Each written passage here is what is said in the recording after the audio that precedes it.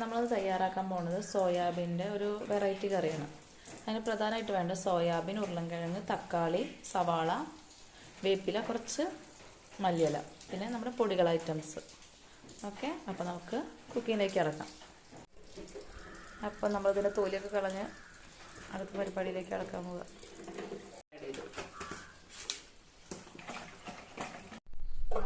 ഉപ്പും മഞ്ഞൾപ്പൊടി ഇട്ട് വേവിക്കാൻ പോവുകയാണ്. കുറച്ച് വെള്ളം ഒഴിക്കാം.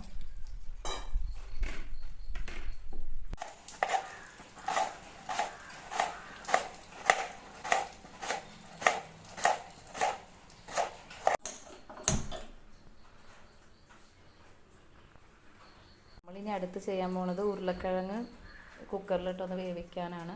ജസ്റ്റ് വിസിൽ വരുമ്പോൾ ഓഫ് ചെയ്യാം, വിസിൽ കളഞ്ഞിട്ടെടുക്കാം. അപ്പോൾ ഭയങ്കരമായിട്ട് ഉടയില്ല, ഒരു ഹാഫ് കുക്കേ ആവുള്ളൂ. അപ്പോൾ പിന്നെ കറിയിലിട്ടാലും വലിയ കുഴപ്പമില്ല. അതിൻ്റെ ഒരു നമുക്ക് കടിക്കാൻ കഷ്ണം കിട്ടും. പിന്നെ ഇത് പല വിധത്തിലുണ്ടാക്കുക സോയാബീൻ കറി.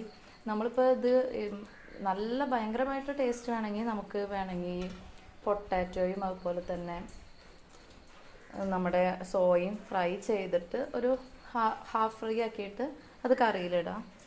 അല്ലെങ്കിൽ പിന്നെ ഉരുളൻകിഴങ്ങ് ഇത് സമയത്തിനനുസരിച്ചിട്ടാണ്, സമയം അത്യാവശ്യം എടുക്കും ഇത് രണ്ടും സെപ്പറേറ്റ് ഫ്രൈ ആക്കിയിട്ട് കറിയിലിടാനൊക്കെ. ഞാനിപ്പോൾ ഇത് കുക്കറിൽ കുറച്ച് വേവിച്ചിട്ട് കറിയിലിടാനാണ് ഉദ്ദേശിച്ചത്. സോയ എന്തായാലും ഫ്രൈ ചെയ്തിട്ട് എടുക്കാം. കാരണം സോയ അങ്ങനെ വെറുതെ നമ്മൾ തിളപ്പിച്ചെടുത്തിട്ട് അത് കറിയിലിടുമ്പോൾ ചിലർക്ക് കടിക്കുന്നത് ഇഷ്ടമുണ്ടാവില്ല. പക്ഷെ ഫ്രൈ ആകുമ്പോൾ കുറച്ചും കൂടി ടേസ്റ്റ് തോന്നും. അങ്ങനെ കഴിക്കാത്തവരും കഴിക്കും. അതാണ് ഇതിൻ്റെ പ്രത്യേകത.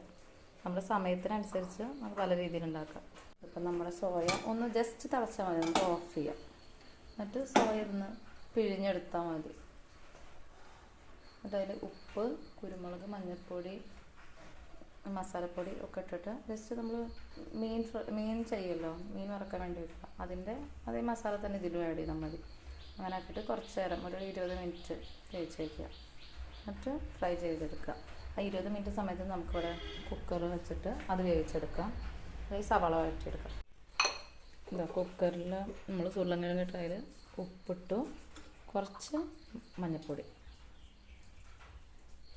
ലേശം വെള്ളം ചേർത്തിട്ട് കുക്കർ വേവിക്കാൻ വയ്ക്കാം. കുക്കറിൽ ഇപ്പോൾ നമ്മൾ മഞ്ഞൾപ്പൊടി ഉപ്പും ഇട്ടു, അല്പം വെള്ളം ചേർത്തിട്ട് നമുക്കിത് ഉരുളക്കിഴങ്ങ് വേവിക്കാൻ വയ്ക്കാം.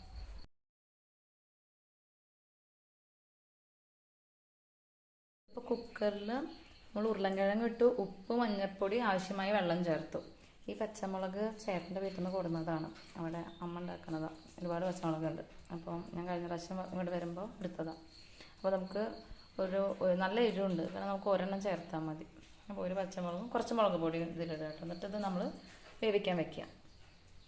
സോയാബീൻ കുക്കായതാണ്, അത് വെള്ളം അത് പിഴിഞ്ഞെടുക്കുക.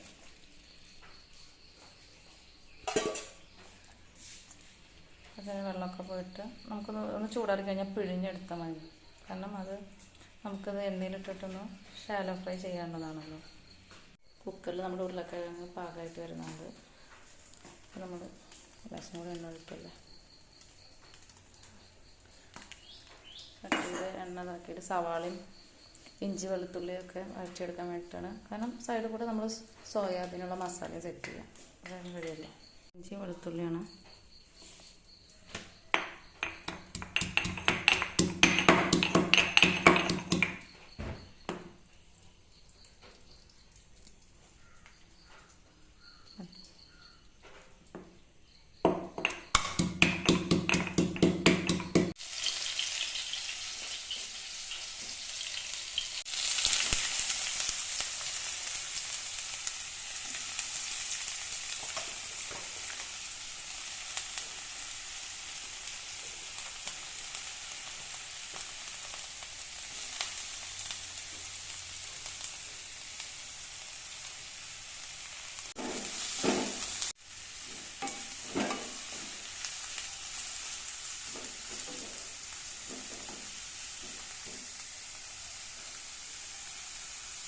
നമ്മൾ കുക്കർ ഓഫ് ചെയ്ത് വിസിൽ വന്നപ്പോൾ ഒരു 2 മിനിറ്റ് കഴിഞ്ഞിട്ട് അതിൻ്റെ വിസിൽ പെട്ടെന്ന് കളയാം.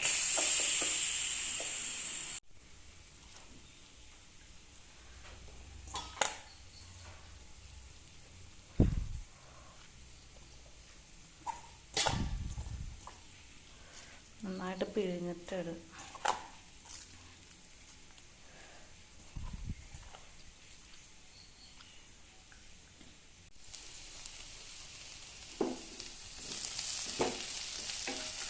സവാള മൂത്ത് വരുന്ന ബ്രൗൺ കളറ്.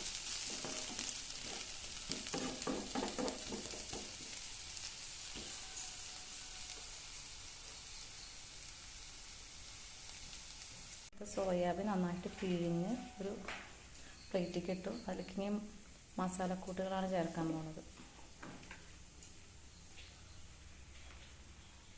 അപ്പം ഇങ്ങനെ ഒരു പാത്രത്തിലാക്കി വയ്ക്കുമ്പോൾ നമുക്ക് എളുപ്പമാണ് എടുക്കാൻ. അതിന് വേണ്ടിയിട്ട് കുറച്ചിങ്ങനെ മാറ്റി വയ്ക്കണമെന്നാണ്. കാശ്മീരി ചില്ലി, നോർമൽ മുളക് പൊടി ഉണ്ടല്ലോ, അത് രണ്ടും കൂടി ഈക്വൽ ആയിട്ട് പൊടിപ്പിച്ച് കൊണ്ടുമില്ലുന്നു, അതിൻ്റെ പൊടിയാണത്.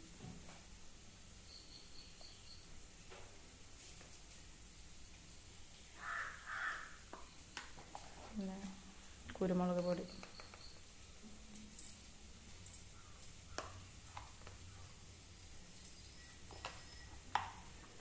നമ്മൾ കുറച്ചിട്ടാൽ മതി, കാരണം നമ്മളിതിപ്പോൾ വേവിക്കുമ്പോഴും ഇട്ടിട്ടുണ്ടായിരുന്നു മഞ്ഞൾപ്പൊടി. ഇതിൽ നമ്മൾ അല്പം ഗരം മസാലപ്പൊടി, പിന്നെ ഇതിൽ പെരുംജീരകപ്പൊടി. ഉപ്പ് കൂടിയ ഗരം മസാല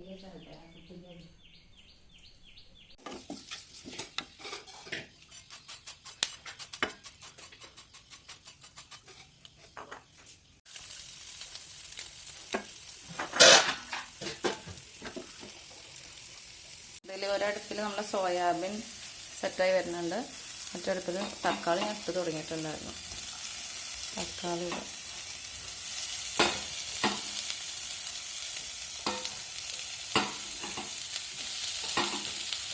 ഇതൊക്കെയാണ് ആവശ്യത്തിന് ഉപ്പ് കേട്ടോ.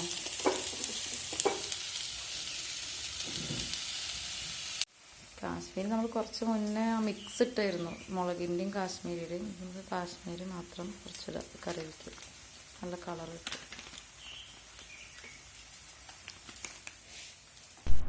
ഇതെൻ്റെ പേഴ്സണൽ ഫേവറേറ്റായ ഒരു കറിയാണ്. ഞാൻ 2-3 വിധത്തിൽ ഇത് ഉണ്ടാക്കാറുണ്ട്. അതിലെനിക്ക് ഏറ്റവും ഇഷ്ടപ്പെട്ടത് ഈ പൊട്ടാറ്റോയും ഈ സോയാബീനും ഫ്രൈ ചെയ്തിട്ടുള്ള ആ ഒരു മെത്തേഡാണ്. പക്ഷേ ഇത് പെട്ടെന്ന് കഴിയും ഇങ്ങനെ ഉണ്ടാക്കുമ്പോൾ. അപ്പോൾ ഇതും അടിപൊളിയാണ്. അപ്പോൾ നിങ്ങളെല്ലാവരും ഇത് ട്രൈ ചെയ്ത് നോക്കണം, എത്ര ഇഷ്ടപ്പെടാത്തവരും ഇഷ്ടപ്പെടും. തക്കാളി ഒന്ന് കുക്കായി വരണ വരെ നമുക്ക് അടച്ച് വയ്ക്കാം.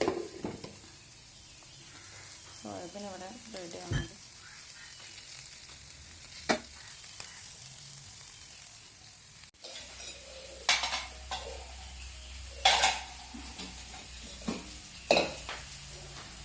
ഇത് നമ്മുടെ കറി ആവുന്നുണ്ട് കേട്ടോ. ഇവിടെ സോയാബീൻ ഇവിടെ കറി ആയിരിക്കും. നമ്മൾ വേവിച്ച ഉരുളക്കിഴങ്ങുണ്ടല്ലോ, അത് പകുതി വെന്തിട്ടുള്ളൂ. ഇനി കറിയിൽ കിടന്നിട്ട് വേവണം. നന്നായിട്ട് ഇളക്കി കൊടുക്കാം.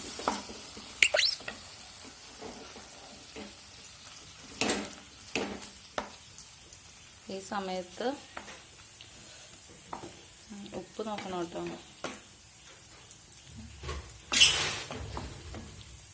ജസ്റ്റ് അടച്ചു വെച്ചിട്ട് വേവിക്കാം. ഈ ഒരു പരുവത്തിലാവുമ്പോൾ നമുക്ക് ഇത് അടുത്ത ട്രിപ്പ് ഇടാം. കാരണം ഇത് ഓൾമോസ്റ്റ് ഒരു പകുതിയിൽ കൂടുതൽ ഫ്രൈ ആയിട്ടുണ്ട്. നന്നായിട്ട് അങ്ങോട്ട് മുരിയണ്ട. ഓക്കെ,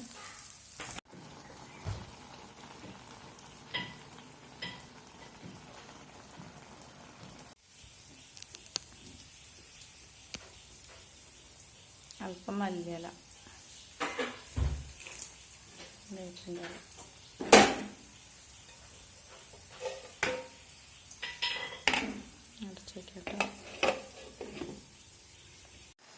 നമ്മുടെ കറിയിൽ കുറച്ച് വെള്ളം ആഡ് ചെയ്തിട്ടുണ്ട് കേട്ടോ. ചൂടുവെള്ളം ആഡ് ചെയ്തു.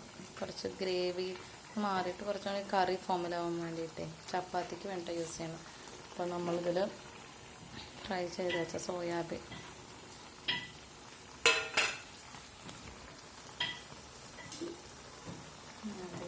കട്ട് ചെയ്യണം. 2 സെറ്റായിട്ട് നമ്മൾ വറുക്കുന്നുണ്ടായിരുന്നു.